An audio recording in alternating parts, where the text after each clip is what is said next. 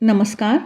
आइए सुनते हैं स्वामी निखिलेश्वरानंद जी की पुस्तक आधुनिक मानव शांति की खोज में से आज का अंक। इससे पहले हम दुख और विपत्ति के पहाड़ टूट पड़े तब, क्रोध रूपी चांडाल मस्तक पर सवार हो तब आदि विषयों पर महाराज के विचार सुन चुके हैं।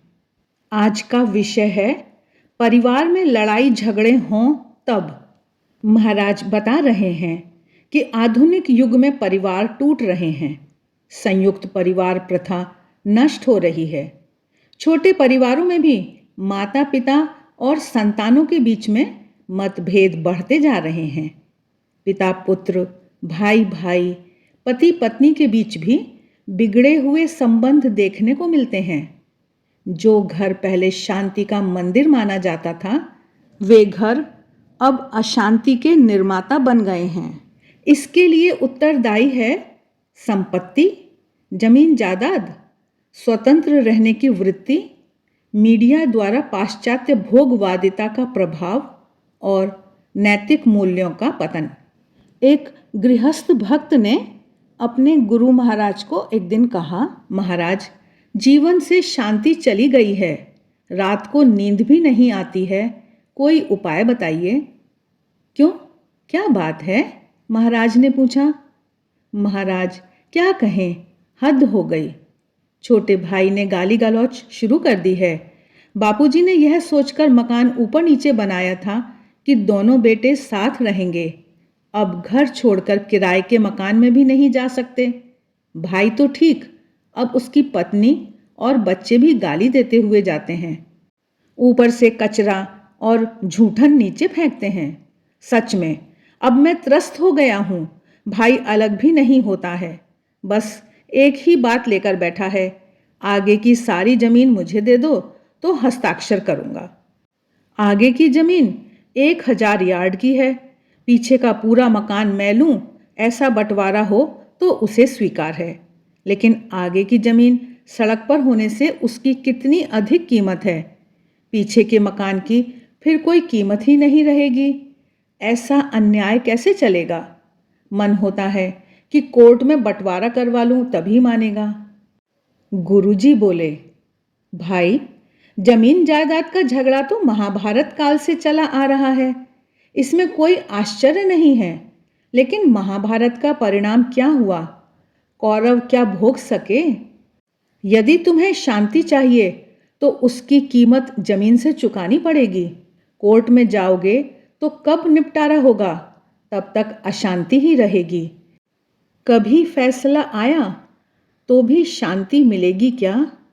कहावत है ना, जर, जोरू और जमीन, झगड़े की जड़ ये 3।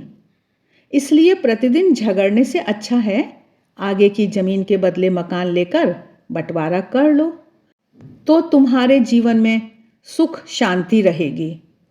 उस भक्त ने अपने गुरु की बात मानकर पीछे का मकान अपने हिस्से में ले लिया। भले ही जमीन के लाखों रुपए नहीं मिले, परंतु वह सुख शांति से तो रह सका। इस प्रकार परिवार में जमीन जायदाद संपत्ति के कारण बहुत लड़ाई झगड़े होते हैं। उस समय बड़े लोगों की सलाह लेकर थोड़ा त्याग करके भी अपना भाग स्वीकार कर लेना चाहिए, नहीं तो कोर्ट में पैसे बर्बाद हो जाते हैं और कई बार तो फैसला इतनी देरी से होता है कि बंटवारा करने वाली पीढ़ी ही गुजर जाती है। आगे महाराज बता रहे हैं कि आधुनिक युग में परिवार की गृहिणी को बहुत काम रहता है, इसलिए वह तनावग्रस्त रहती है। उसमें भी यदि वह नौकरी करती हो तो सवेरे एक साथ कई काम तेजी से करने में घर का वातावरण अशांत हो जाता है। एक सत्संगी महिला से कथावाचक महात्मा ने पूछा, सेवा पूजा ठीक चल रही है ना माँ? क्या कहूँ महाराज, सुबह सुबह प्रतिदिन 2 घंटे लाला जी की सेवा पूजा भक्ति करती हूँ, परंतु घर में ऐसा हल्ला गुल्ला होता है कि सेवा पूजा में मन ठीक प्रकार से नहीं लगता है। बहू के 2 बच्चों को सुबह तैयार करके विद्यालय भेजना होता है। मेरा बेटा 8 बजे टिफिन लेकर जाता है, उसकी तैयारी करना, बस चीख पुकार मच जाती है। यदि उससे कोई उलझ गया तो समझो कि उसकी तो बस दुर्दशा हुई। मैं तो लाला जी की सेवा में बैठ जाती हूँ, लेकिन इस शोरगुल में मेरा मन नहीं लगता है। महात्मा जी ने कहा कि माँ, जब सब जागें उससे पहले सेवा पूजा कर लो और फिर बहू को मदद करो। तुम्हारे पौत्र तो जीते जागते गोपाल हैं, उनकी सेवा करो, उन्हें तैयार करने में मदद करो। इससे तुमको आनंद मिलेगा, बहू की हड़बड़ी कम होगी। फिर जब समय मिले तब अपने लाला जी की सेवा करो। जीवंत गोपाल को भूलकर तुम विग्रह की सेवा करती हो, इसलिए अशांति है। इस प्रकार करके देखो, तुम सबको शांति और आनंद मिलेगा। महात्मा ने उन्हें रास्ता बताया, पर यह सच है कि अधिकांश परिवार में घर की गृहिणी के ऊपर काम का बोझ होने से उसका मन हमेशा व्यग्र रहता है और उसका प्रभाव समग्र परिवार पर पड़ता है। घर के सदस्यों को एक दूसरे के अंदर स्थित दिव्यता की अनुभूति करके उनमें स्थित भगवान की सहायता करनी चाहिए। माता पिता बालकों में बाल गोपाल को देखें। बालक माता पिता को देव समान मानकर उनकी आज्ञा का पालन करें तो परिवार में लड़ाई झगड़े नहीं होंगे। अपनी संतानों के पालन पोषण के लिए माता पिता ने निस्वार्थ भाव से जो त्याग किया है, उसका प्रभाव उनके बालकों के चित्त में जाने अनजाने पड़ता ही है। जो माता पिता बालकों के हित में ही अपना हित देखते हैं, उनके बालक कभी उपद्रवी नहीं होते हैं। जो माता पिता बालकों की उपेक्षा करते हैं या अपने स्वार्थ के लिए उनका पालन पोषण करते हैं, तो वे बच्चे बड़े होकर अपने माता पिता का सम्मान नहीं करते। स्वामी निखिलेश्वरानंद जी आगे बता रहे हैं कि माता पिता के हृदय की प्रतिध्वनि उनकी संतानों पर हमेशा पड़ती है। अमेरिका गए हुए एक दंपत्ति वहां से आकर एक बहन के घर गए। साधारण स्थिति के उन पति पत्नी को उन्होंने कहा, तुम धन्य हो, तुम्हारे बेटे ने यह लिफाफा मुझे दिया और कहा, मेरी माँ के चरणों में ये रुपये रख देना, यह मेरी पहली कमाई है। मेरी माँ ने मेरे लिए कितना कुछ सहन किया है। मेरे माता पिता को कहना कि अब तुम्हारे दुख के दिन चले गए। बहन, तुम्हारी बातें करते करते बेटे की आंखों में आंसू आ गए। तुम्हारे प्रति कितनी भक्ति है। मुझे लगा कि काश मेरा बेटा भी ऐसा होता।